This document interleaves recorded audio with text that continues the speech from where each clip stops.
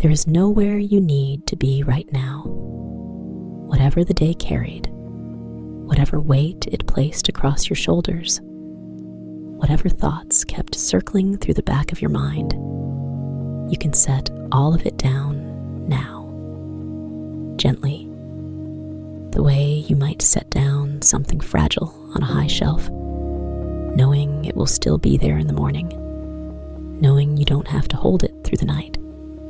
Let your hands open. Let your jaw soften.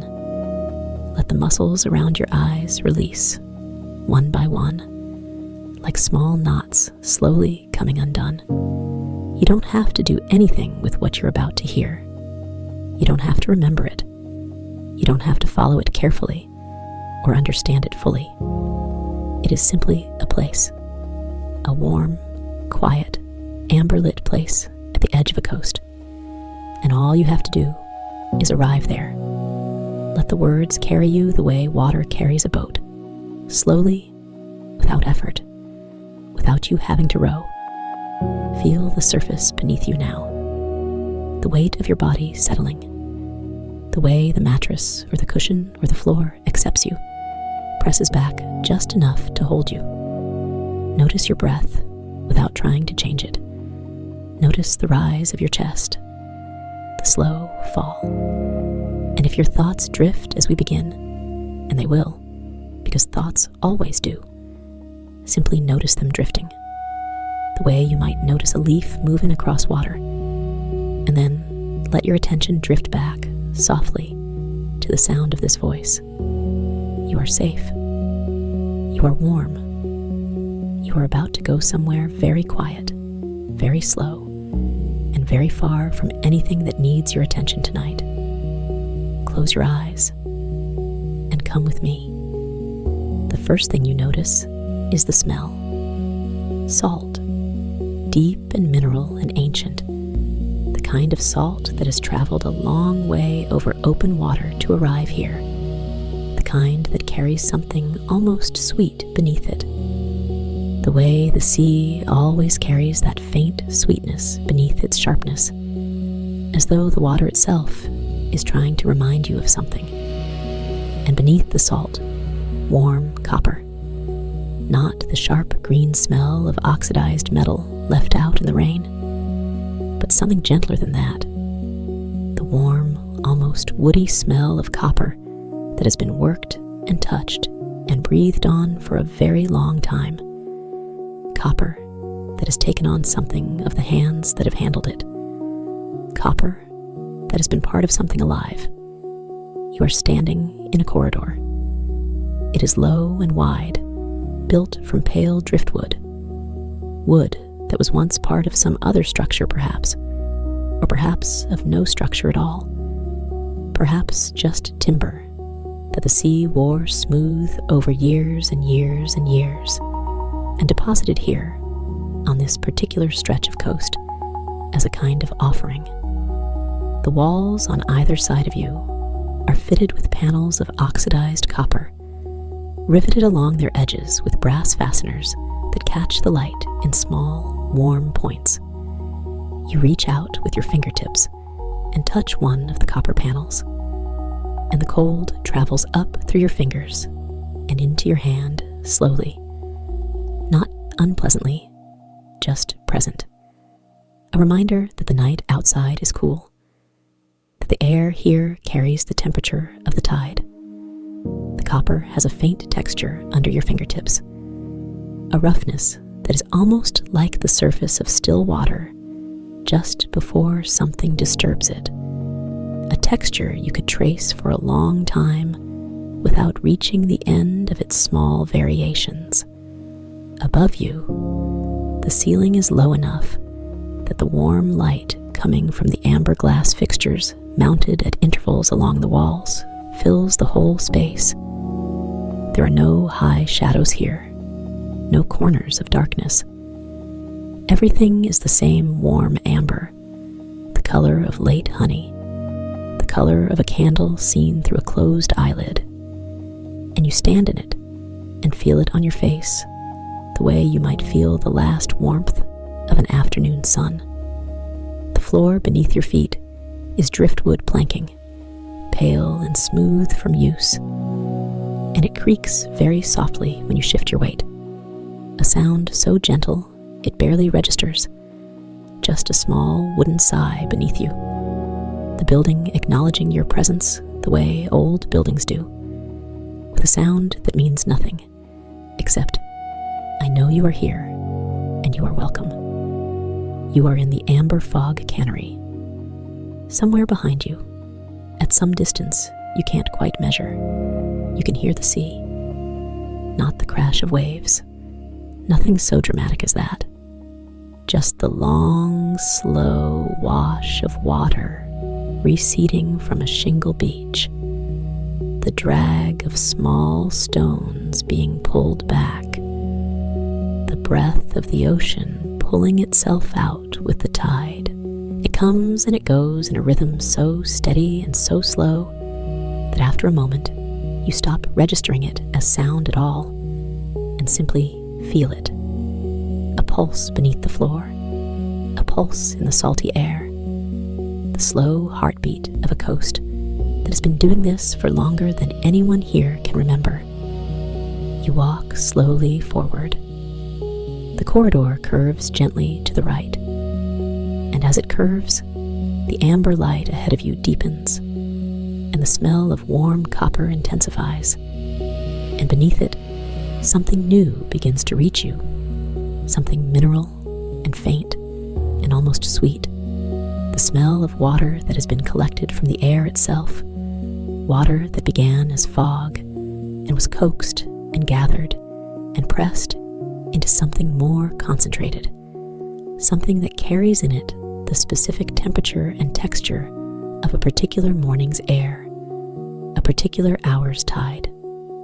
It is the smell of condensed fog water, and it is unlike anything you have smelled elsewhere, because nowhere else is fog treated with such patience, such care, such slow attention to what it carries inside it. The corridor opens, and you are in the press room. It is tall, taller than you expected from the low corridor, with a ceiling that rises up into warm shadow, the driftwood rafters just visible above the reach of the amber light, pale beams crossing and recrossing in the dimness above, like the ribbing of some gentle hull. The walls here are a mix of driftwood and copper, the same riveted panels you felt in the corridor, but here they are interspersed with long, narrow windows that look out onto nothing but the night and the fog. Actual fog, tonight's fog, pressing soft and gray-white against the glass, moving very slowly in the way that fog moves when there is no wind, just its own slow drift, its own patient circulation. The floor here is driftwood too, wider planks than the corridor, worn to a silvery smoothness in the paths where feet have walked most often. A path from the door to the press, a path from the press to the settling trays, a path from the settling trays to a side door that leads, you will learn in time, to the cold storage corridor. The floorboards creak here with more presence, more voice, old wood, well seasoned, speaking in its low driftwood language beneath every step, and at the center of the room, the press. It is tall and patient looking, the way that very old machines sometimes look. Machines that were built to do one thing slowly, and have been doing that one thing slowly for a very long time. Its frame is wooden, pale driftwood posts and crossbeams, fitted together with copper brackets and long brass bolts, and between its uprights, the rollers. Two of them, large and smooth, turned from some dense pale wood, their surfaces worn almost silky from use, sitting in their copper brackets with a stillness that suggests they are simply waiting. Between the rollers and cascading down from a wooden frame above them are the mesh screens, copper mesh, fine as gauze, hung in loose, careful folds, the metal metal threads catching the amber light and sending it back in tiny, scattered points, so that the mesh seems to glow from within, seems to be made of something finer and stranger than metal. You could reach out and touch it, and you will later, and find it damp, cool, bearing the texture of gathered fog, the slight mineral residue of water that was once air.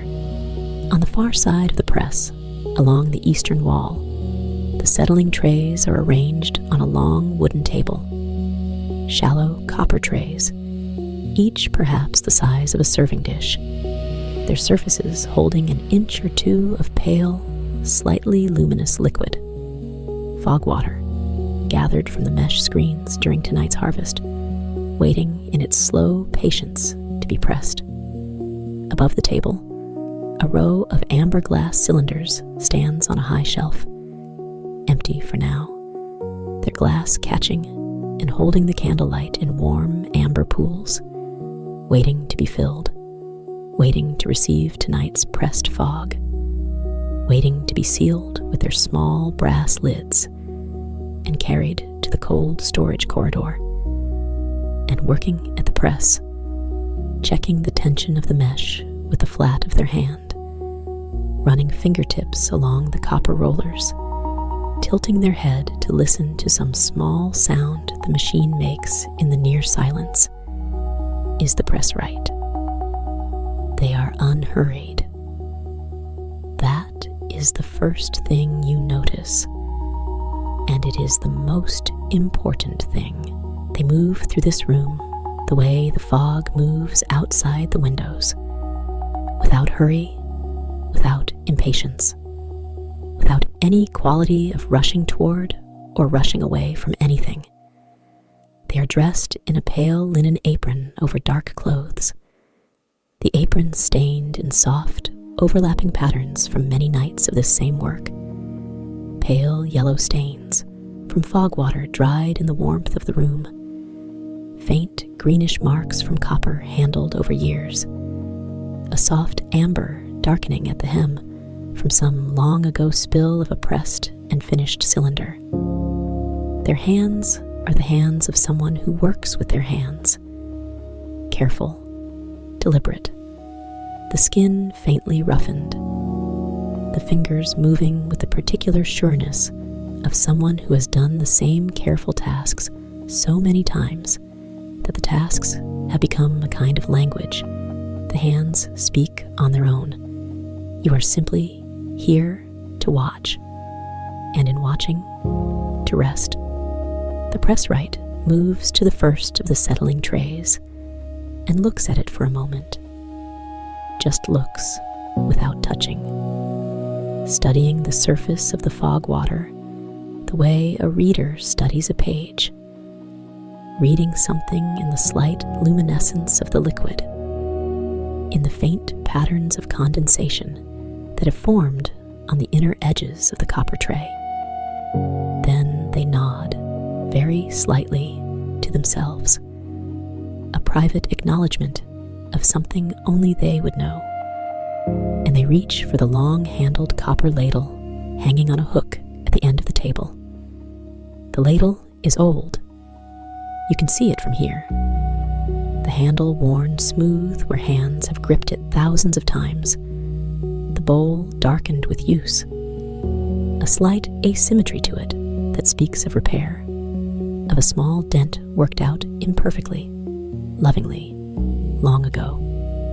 The Presswright takes it from its hook with a deliberateness that is almost ceremonial, not performative, not theatrical, just the natural care of someone who handles the same tools every night and has never stopped treating them with attention. They ladle the fog water from the first settling tray in a slow, continuous pour, tilting the tray gently with one hand while the ladle gathers the liquid from the other end.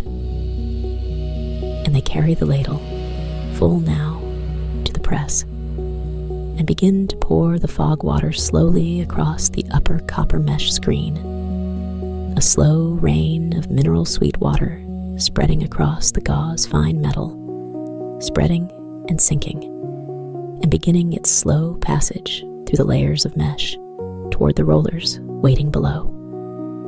The smell intensifies slightly as the fog water hits the warm copper. That mineral sweetness rising in the warm air of the press room, mixing with the salt and the copper smell already present, adding something to the air that you breathe in slowly and feel moving through you like something gentle settling into place. After a while, after 3 more ladlings, after the mesh screens are evenly and thoroughly soaked with tonight's first pour, the Presswright sets down the ladle, wipes their hands on their apron, and moves to the side of the press where a long wooden handle sits in its bracket, the handle that engages the rollers. They take it in both hands. They pause for a moment, simply holding it, feeling the grain of the wood beneath their palms. And then they begin to turn it. The rollers begin to move, and the press begins to hum.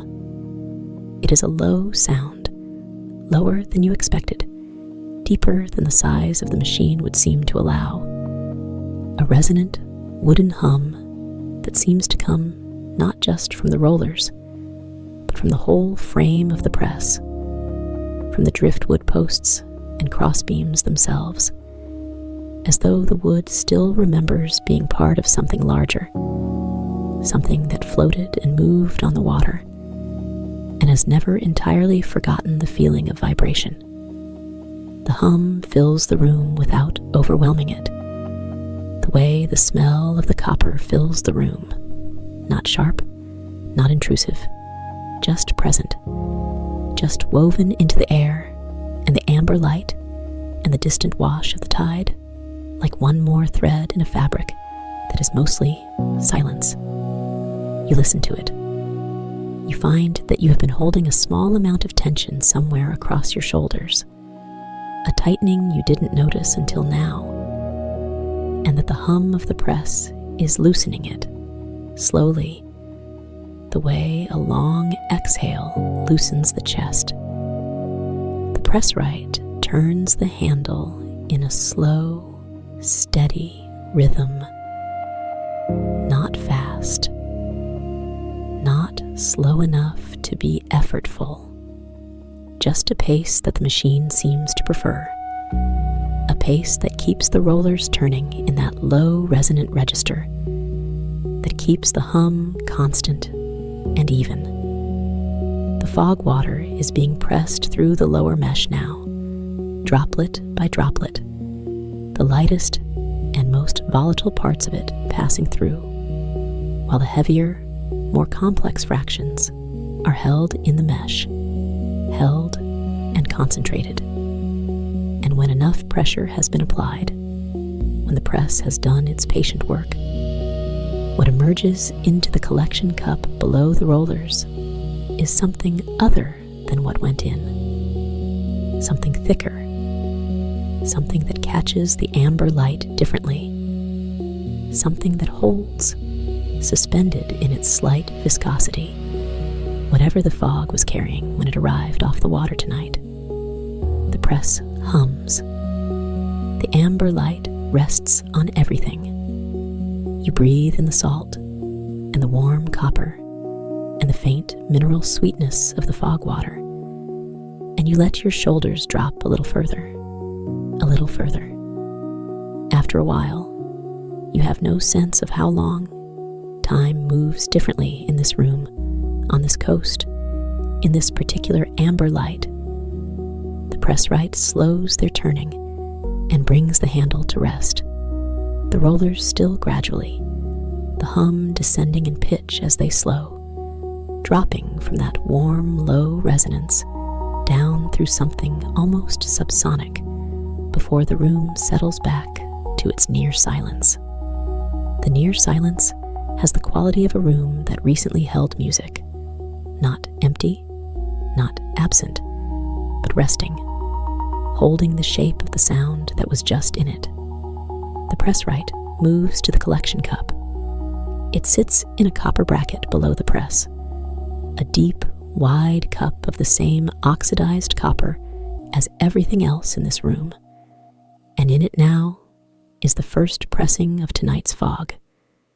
A few careful inches of pale liquid, slightly more golden than the fog water it came from, slightly more present in the amber light, as though the pressing process has concentrated not just the physical substance of the fog, but something of its quality, something of what made this particular fog different from all the other fogs that have passed through this room. The Presswright lifts the collection cup with both hands, carefully, the way you lift something that has weight in it, but also something beyond weight, something you don't want to spill because it cannot be replaced. They carry it to the table along the eastern wall, and they set it down with a soft copper sound. Not a clank, not a ring, just a gentle tap of metal on the wooden table surface. And they lean over it and look at it for a moment in the amber light. Looking at fog is something that takes practice. Not looking through it, looking at it. Looking at it the way you look at a stone to find its grain, the way you look at the sky to find the difference between one kind of gray and another kind of gray. The Presswright has practiced this long enough that it takes them only a few seconds. A slow turn of the collection cup in their hands, a slight tilt to let the light travel through the liquid differently, before they seem satisfied, before they seem to have understood something about tonight's pressing that confirms what the settling trays told them earlier. They reach for the amber glass cylinders on the high shelf. The first one comes down with a soft chime, the glass touching the wood of the shelf with the lightest possible sound, a sound so faint it barely crosses the room, barely reaches you where you are standing, and they hold it in the amber light for a moment before beginning to pour. The fog, pressed and concentrated, moves from the collection cup into the amber glass in a slow, careful stream, and as it fills the glass, it changes the way the glass holds the light, the amber of the glass deepening as the liquid rises, the whole cylinder glowing now with a warmth that is both the glass and what is inside it, the two ambers combined into something richer than either alone. When the cylinder is filled, the Presswright reaches for the small brass lid. The lid is a simple thing, a disc of brass with a rubber seal, a small tab for gripping. But the act of placing it is not simple. The Presswright sets it on the cylinder with one finger at first, centering it with a deliberateness that borders on ceremony, feeling the edge of the seal finding the rim of the glass, the two surfaces beginning to settle against each other. Then both hands close around the lid, a slow, firm turn, and then the soft click of a brass lid sealing, a small sound in a quiet room, in a quiet building, on a quiet coast, and yet somehow the most satisfying sound you have heard in some time. The click of something completed, the click of something gathered and concentrated and preserved, sealed against time, sealed against loss, the sound of a small act of care finished. The Presswright sets the sealed cylinder on the table, and you can see the faint glow of it even now. The amber glass holding the pressed fog, the liquid inside it throwing a warm, diffuse light against the table surface beneath it. A pool of amber warmth, no larger than a hand. They seal 2 more cylinders from tonight's first pressing. Each time, the slow pour, the careful centering of the lid, the two-handed turn, the click. 3 times, and 3 cylinders now glow softly on the table in a row. You notice how your breathing has slowed. You notice how the thoughts that were moving through your mind when you arrived have grown quieter. Not absent, but quieter. The way thoughts grow quiet when the body is warm and the light is gentle, and there's nothing demanding attention, nothing requiring a response. The Presswright lifts the 3 sealed cylinders, 1 in each hand, 1 tucked carefully in the crook of an elbow, and moves toward the side door in the eastern wall. You follow them slowly, the floorboards creaking softly beneath you both, the amber light of the press room following you for a few steps before it gives way to something cooler, something dimmer. The cold storage corridor. You feel the temperature change as you pass through the doorway. Not sharply, not unpleasantly, just a coolness that touches your face and the backs of your hands. A coolness that smells more strongly of copper and salt. A coolness that has the quality of a cellar or an early morning, clean and still. The corridor is longer than it seemed from the press room. It runs back along the interior of the building at a slight downward angle, as though it descends very gently toward the level of the tide, and its walls are nothing but copper on both sides, riveted panels floor to ceiling, the metal a deep teal green in places, bright amber orange in others, where some patch has been polished or replaced. You reach out and touch the wall. The cold arrives slowly through your fingertips, a deep cold, the cold of metal that has been stored below a certain temperature for a very long time, the cold of things preserved, the cold of patience. The texture is the same as before, slightly rough, slightly irregular, the rivet heads rising at regular intervals like a quiet pattern, a slow percussion frozen in metal. Along both walls of the cold storage corridor, at eye height, there are the berths. They are set into the copper paneling in rows, small recessed compartments, each one the exact size of an amber glass cylinder, each one numbered with a small brass plate above it, the numbers stamped in a careful hand. Some of the berths are empty, the brass plate numbers visible above dark compartments, waiting. But many of them hold cylinders, amber glass glowing faintly in the cool dim light, their brass lids sealed, their contents pressing faintly luminous against the glass from the inside.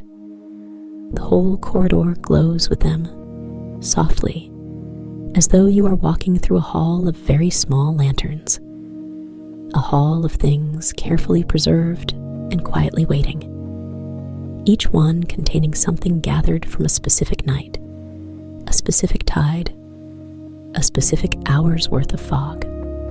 The Presswright moves slowly down the corridor, reading the numbers on the brass plates by touch as much as by sight, their free hand trailing along the berths, fingertips skimming the brass numbers until they find the right sequence. They stop at 3 berths, not adjacent, but related by some cataloging logic only the Presswright fully understands. And one by one, with the same 2-handed care they used to seal the cylinders, they place tonight's first pressings into their berths. The first cylinder settles into its compartment with a sound so small it barely carries. The second, the third, and the corridor is now 3 cylinders warmer in its glow. 3 amber lights now present where 3 absences were before. The Presswright stands for a moment in the corridor, looking at the berths on both sides, all those sealed and glowing cylinders, all those specific fogs preserved in their amber glass, all those nights of patient work lining the copper walls in their warm, quiet rows. Their face in this light is peaceful, not happy in any particular way, not smiling, not performing contentment, just at rest, in the way that someone is at rest when they are doing the thing they understand, in the place that is theirs, in the hour that belongs to this particular work. You look at the berths too. You look at the amber glow of all those sealed cylinders, all that preserved fog, and you find that it is very easy to look at, very easy to rest your eyes on, warm without being harsh, present without demanding anything of you, light for the sake of light, warmth for the sake of warmth. You breathe in the salt and the copper. You breathe in the cold of the corridor, and beneath the cold, the faint mineral sweetness that the cylinders release even through their sealed brass lids, a sweetness so faint it might be imagined, might simply be the memory of the press room still present in your nose, still traveling with you down this cool hall. After a while, the Presswright turns, and you follow them back toward the warmth. In the press room again, the amber light receives you, and the smell of warm copper rises to meet you, and you feel the temperature change from cool to warm, move across your skin slowly, as though the room is wrapping itself around you again. The Presswright moves back to the settling trays and lifts the next one, the second tray, its fog water patient, and still luminous at its edges, and begins the process again, ladling, pouring, the slow rain of mineral sweet water across the copper mesh, and then the handle, and the rollers begin to turn, and the press begins to hum, that low, resonant hum, deep and wooden and present, rising from the machine like a sound that has been waiting in the wood since before the wood was cut, since the timber was part of some living thing that grew on some shore and understood the sound of water without ever having to learn it. The hum settles into the room and into you, and you find your eyes growing soft, not closing, not yet, just softening, the way eyes soften when a thing they are looking at is warm and close and requires nothing from them. The floorboards creak occasionally under the Presswright's slow movement around the press, checking the tension of the mesh screens with practiced fingertips, pressing gently against the copper gauze to feel how the fog water is moving through it, how the layers of mesh are doing their patient work of concentration. They move without hurry, as always. There is no sense in this room that anything needs to happen faster. There is no sense that the night is running out, or the tide is coming, or the work is falling behind. Everything is exactly as it needs to be, progressing at exactly the pace that is right for it. And the Presswright is the living embodiment of that pace. Their footsteps slow on the driftwood floor, their hands unhurried on the copper and the wood, their breathing slow and even beneath the hum of the press. You watch their hands on the copper mesh. They press lightly with 2 fingers at first, just feeling, and then, with the flat of their palm, reading the tension in the mesh, the way you might read the tension in a drumhead, or in a fabric stretched across a frame. The copper gauze yields slightly under their hand, springs back slightly when the pressure is released. The Presswright nods again, that same slight, private acknowledgement, and moves their hand along the mesh to the next section, pressing again, reading again. There is something very restful about watching someone who is very good at something quiet, someone whose expertise lives entirely in their hands, in the slow accumulation of touch knowledge, in the years of the same pressings done in the same warm room by the same amber light, until the room and the work and the light and the hands are all part of the same continuous thing. You watch and you feel, somewhere in yourself, the desire to do nothing, to be nothing, to simply be here in this room, in this light, while someone else tends to the work. The good, quiet, meaningful work of pressing tonight's fog into its amber glass, of sealing it and carrying it to its numbered berth. The press hums. The tide breathes somewhere outside. The amber light rests on the copper mesh and on the settling trays and on the Presswright's pale linen apron and on your hands where they are folded, somewhere warm and soft in the place where you are resting. Time passes in the way it passes in dreams, not measured, not urgently, just present, and then present again, one moment continuous with the next. The way water is continuous, even as it moves. The Presswright works through the settling trays one by one, ladling and pouring and turning the handle and listening to the hum. And each pressing yields its small collection of fog, and each collection fills another amber cylinder, and each cylinder receives its brass lid with that soft, satisfying click. The row of sealed cylinders on the eastern table grows slowly longer, glowing in its amber warmth, waiting for the cold storage corridor. Between pressings, the Presswright pauses, not to rest exactly, more to attend. They stand at one of the narrow windows and look out at the fog. Tonight's fog has thinned slightly from its earlier density, but it is still present, still pressing itself slowly against the glass, still moving in its gentle, directionless way. In the amber light of the press room, seen through the window glass, the fog takes on a warmth it doesn't have outside. It looks through the glass, as though it is almost glowing, as though it carries within it some small heat of its own. The Presswright watches it for a while. You come and stand beside them, and you watch it too.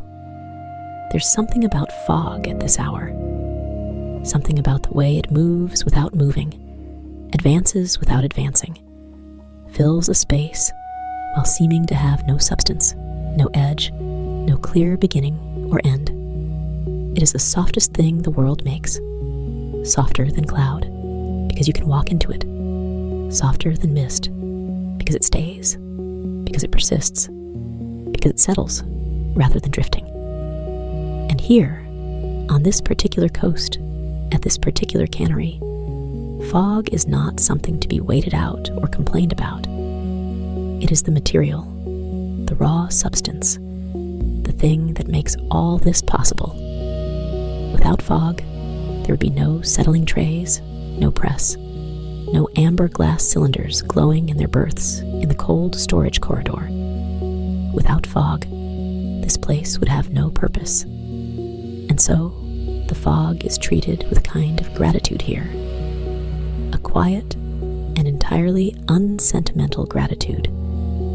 The gratitude that craftspeople feel toward the material they work. Not worship, not reverence in the religious sense, just an acknowledgement that the material is real and specific and has its own nature, and that working with it rather than against it is the only way anything good gets made. The Presswright turns from the window, and they move now to a different part of the press room, a corner you hadn't much noticed before, where a small table sits against the driftwood wall with a low candle on it and a clay mug and what appears to be a copper kettle sitting on a small warming plate above a covered brazier. The kettle has been sitting there all this time, and it is warm. You can see the faintest wisp of steam at its spout, and the Presswright lifts it with a cloth-wrapped hand and pours slowly into the clay mug. A dark, fragrant pour of something that smells faintly of dried sea herbs and something smokier, something that belongs to this coast the way the copper and the salt belong to it. They sit down in the chair beside the small table. The chair is old driftwood and leather, pale wood, dark leather, shaped by long use into a form that seems to fit whoever sits in it, shaped by the Presswright's own sitting into something that is theirs specifically, their particular weight and particular rest rendered in leather and wood. They settle into it slowly, the way someone settles into something they know well, the way the body finds a familiar shape and releases into it. They lift the clay mug with both hands, hold it for a moment near their face, not drinking yet, just letting the warmth travel from the clay through their palms, letting the steam and the scent arrive. Then a slow sip, not swallowed quickly, held for a moment, tasted slowly, the way you taste something when you have nothing else competing for your attention, when the whole of your present moment is available to the sensation of this one warm, quiet thing. You sit, too, somewhere near, in the warmth of the press room, in the amber light, in the smell of the copper and the salt, and the faint mineral sweetness still present in the air from tonight's pressings. And you let your weight come fully to rest. You let your spine lengthen against whatever supports you. You let your head find its place of comfort. And you breathe. Salt, copper, the faint sweetness of condensed fog, the distant wash of the tide. In a while, after the tea has been finished, after the mug has been set down on the small table with a quiet clay sound, the Presswright returns to the press. There are more settling trays to work through. The second tide has brought with it a different quality of fog. You can tell, not because you have the Presswright's knowledge or their years of handling fog, but simply because the press room itself seems to respond slightly differently. The smell of the new fog water rising from the settling trays, carrying something a little cooler, a little more mineral, as though this second tide's fog traveled from further out, from deeper water, and carries in it something of that depth. The Presswright ladles carefully. They pour with the same slow attention as before, the fog water spreading across the copper mesh, sinking in, beginning its passage. They engage the handle, the rollers turn, and the hum rises again, that low, wooden, resonant hum that fills the room so completely you stop being able to tell where it ends and where the silence begins, as though the hum and the silence are the same thing at different densities, as though silence is just a hum the room makes when nothing is turning.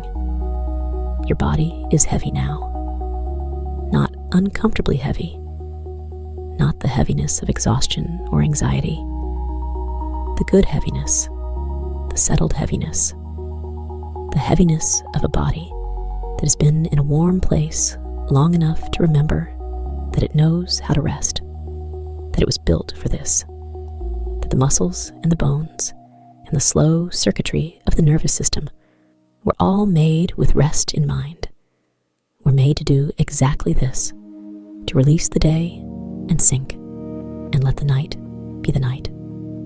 The Presswright works. The press hums. The amber light rests on everything, on the copper mesh, on the settling trays, on the sealed cylinders glowing in their row on the eastern table, on the pale driftwood walls and floor, on the narrow windows where the fog still moves against the glass, on the Presswright's patient hands as they guide the fog water through its slow pressing, on your hands, wherever they are resting now, warm and still. Between this pressing and the next, the Presswright carries another armful of sealed cylinders to the cold storage corridor. You hear the soft sound of the side door opening, a small wooden sound, a breath of cool air entering the press room briefly before the door closes again, and then silence for a while. The silence of the press room without the Presswright in it, which is a different kind of silence than before, a fuller silence, as though the room has expanded slightly to fill the absence. You sit with that silence. You find that it is easy to sit with. The amber light has not changed. The smell of salt and warm copper has not changed. The distant breath of the tide continues its long, slow rhythm outside, pulling back across the shingle, pulling back, pulling back. That patient sound, older than the cannery, older than the copper, older than the hands that riveted the panels to the walls. A sound that will continue regardless of anything. A sound that will continue after everyone sleeping and everyone waking has become something else entirely.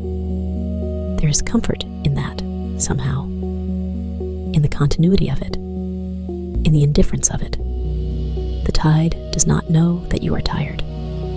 The fog does not know that the day was long. The amber glass does not require anything of you in exchange for its warmth. You are simply here, and here is warm, and here is slow, and here is safe. The Presswright returns. They move quietly across the driftwood floor, creak, pause, creak, to the next settling tray, the next ladle, the next slow pour. This tray holds the fog water from a second tide's latest collection, and as it spreads across the mesh screens, the smell that rises is the coolest and most mineral of the night. Something clean and deep, something that smells of open water and high altitude at once, something that has traveled a long way to be here. The Presswright works with it carefully, with perhaps a little more attention than the earlier trays, checking the mesh tension more often, tilting their head more carefully to listen to the pitch of the roller's hum, because each fog is different. That is the heart of this work, really. Not the mechanical pressing, not the sealing, not the carrying to the cold storage corridor. All of that is craft and habit. The heart of it is this: paying attention to the specific nature of each particular fog, noticing how this night's fog differs from last night's fog, how this tide's collection differs from the same tide's collection a week ago, noticing and responding. The slight adjustment to the roller tension, the extra pass of the ladle across the tray, the additional minute of pressing before the collection cup is lifted.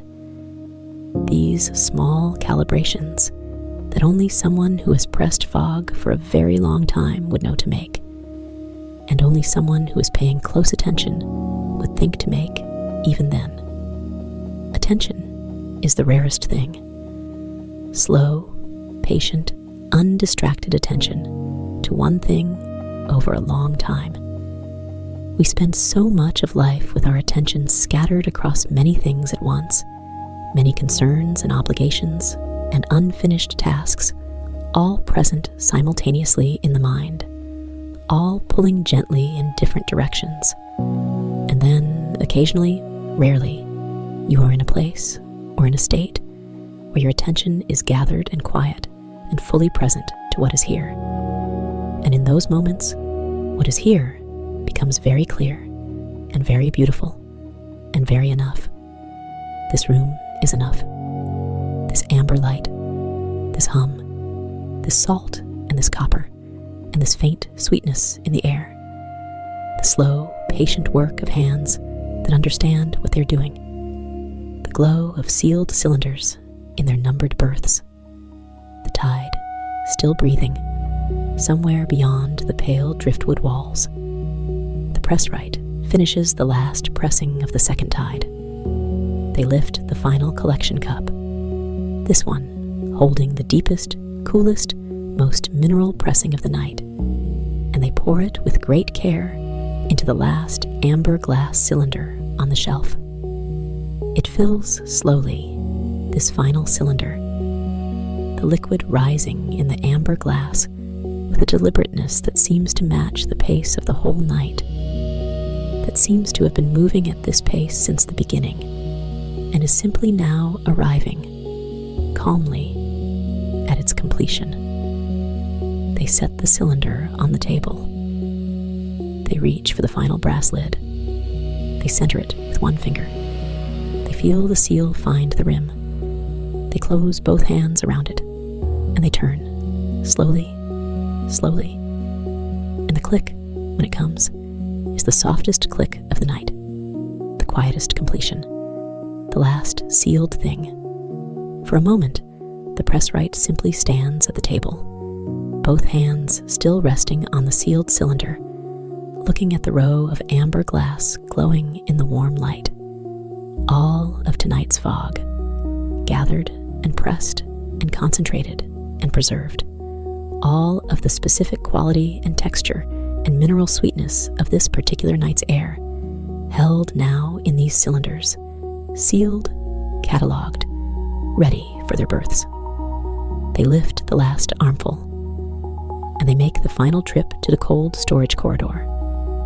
You hear at a side door, the brief, cool breath, the soft sound of cylinders finding their berths one by one, the small, barely perceptible sounds of things placed with care in a quiet hallway.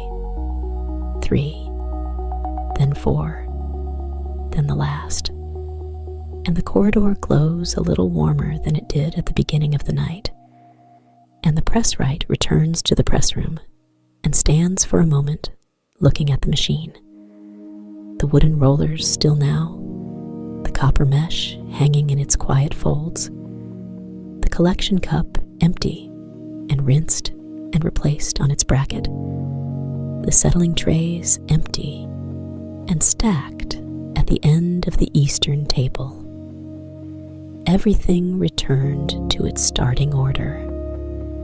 Everything clean and ready for the next night's work. The Presswright moves around the press slowly, touching it as they go, one hand trailing along the wooden frame, pausing at each upright to press lightly with the flat of their palm, as though saying goodnight to it, as though acknowledging its work the way it acknowledged theirs. They check the mesh screens one more time in the stillness, pressing lightly with 2 fingers, and the mesh is drier now, still slightly damp, still carrying the mineral residue of the night's fog water, but drying slowly in the warm air of the press room, returning to its resting state. Then they move to their chair, the old driftwood and leather chair in the corner, beside the small table with the cold mug and the dimmed candle. They sit down in it again, slowly, and this time the settling is complete. Not the settling of someone taking a brief rest between tasks, but the settling of someone whose tasks are done, whose hands are still, whose attention can finally be released from the specific focus of the work and allowed to expand into a softer, wider state. They sit and they look at the press, at the stilled rollers, at the hanging mesh, at the empty settling trays, at the amber light resting on all of it, warm and unhurried, as it will rest on all of it long after the Presswright has slept and woken and come back again tomorrow night. Outside the windows, the fog has thinned further. not gone, not entirely, but lighter now, more transparent, the darkness of the night visible through it in soft gradations, the fog itself seeming almost to breathe as it moves, slowly, in small patterns, the wisps of what remains of tonight's harvest drifting across the narrow glass in the amber light. The tide is at its lowest now, pulled back to wherever it goes when it leaves, and the wash of it against the shingle is barely audible, barely present, a sound at the very edge of hearing, slow and soft and distant as a memory. The press room has grown quieter still, the kind of quiet that accumulates in rooms where work has been completed, a quiet that has the quality of satisfaction in it, a quiet that is not absence, but fullness, a room filled all the way to the edges with its own warm, amber, copper-scented peace. The Presswright's eyes are soft.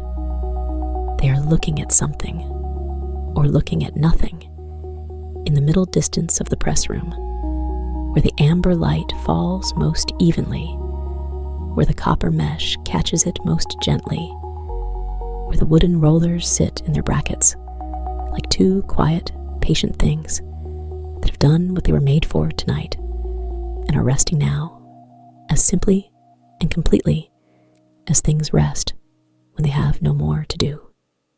You are very comfortable where you are. You notice this, not as a thought exactly, more as a quality, a texture of the moment, the comfort arriving in your awareness, the way warmth arrives when a room has been slowly heating for a long time, gradually, until you can no longer remember when it wasn't warm. Your body is settled and still. Your breath is moving slowly, in and out,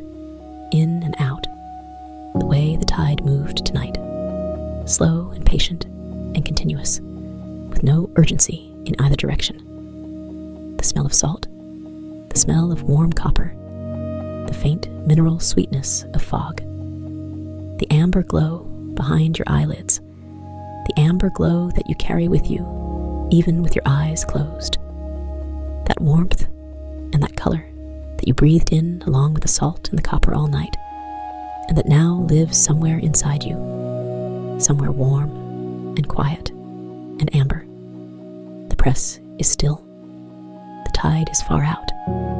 The fog is thinning to almost nothing on the glass. And the Presswright sits in their chair in the amber light with their hands resting, palms up, in their lap.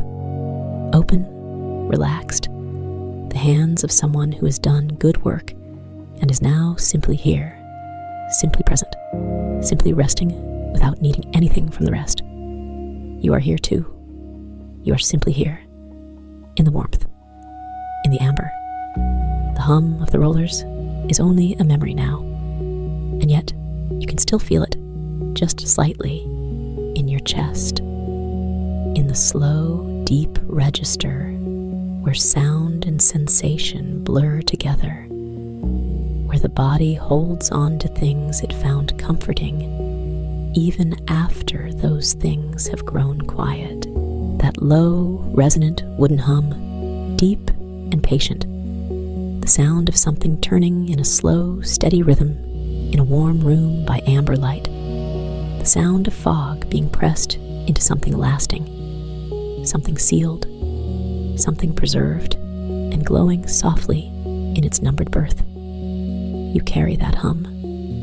You carry it down with you now, down into the next layer of quiet, down past the amber light, past the smell of copper and salt, past the soft creak of driftwood floors, and the distant breath of a receding tide, down into the deeper quiet that is waiting for you, that has been waiting all night, that has been patient in the way that everything in this place is patient, in the way that the fog is patient, and the tide is patient, and the press is patient in its stillness. The candle is very low. Its light moves faintly over the floor, catching the grain of the pale driftwood, catching the edge of the copper mesh, catching the faint remaining condensation on the settling trays. Everything is warm. Everything is still. The Presswright has closed their eyes. The room breathes around them, around you. The small, amber, salty breath of a room that has done its work for tonight and is now only here, only warm, only the low candlelight and the copper and the salt-sweet air and the distant silence where the tide used to be. The click of the brass lid, once more in memory, soft and complete, the sound of something finished, sealed, preserved. The amber glow, the riveted walls under your fingertips in the cool corridor, cold and patient, the metal bearing its slow temperature, holding its small darkness. The hum, low, wooden, gone now into the room, gone now into you. The fog on the glass, wisps of it, the last of it, drifting across the amber light in slow curling shapes that mean nothing and are beautiful. The salt, the copper, the sweetness, the tide. You are sinking now, slowly, gently, the way the Presswright's fog sinks through the copper mesh, layer by layer, unhurried, finding its way through to the quiet that is on the other side of all this warmth and amber and slow, patient work. There is nothing required of you. There's nothing you need to hold. Let the driftwood floor hold you. Let the amber light hold you. Let the low, resonant memory of the press hold you. That warm, wooden hum settling in your chest, like something placed there gently, like a cylinder in its berth, sealed and glowing and at rest. You are sealed against the night. You are warm in your berth. You are numbered and catalogued and perfectly, specifically yourself, your particular quality of rest, your particular hour, your particular tiredness carried all this way across the water and pressed slowly into something that can be held, that can be kept, that glows faintly amber in the quiet dark. The candle, very low now. The light, warm. The salt, the copper, the hum, gone. The tide, out. The fog, still. Everything still. You, still. Warm. Here.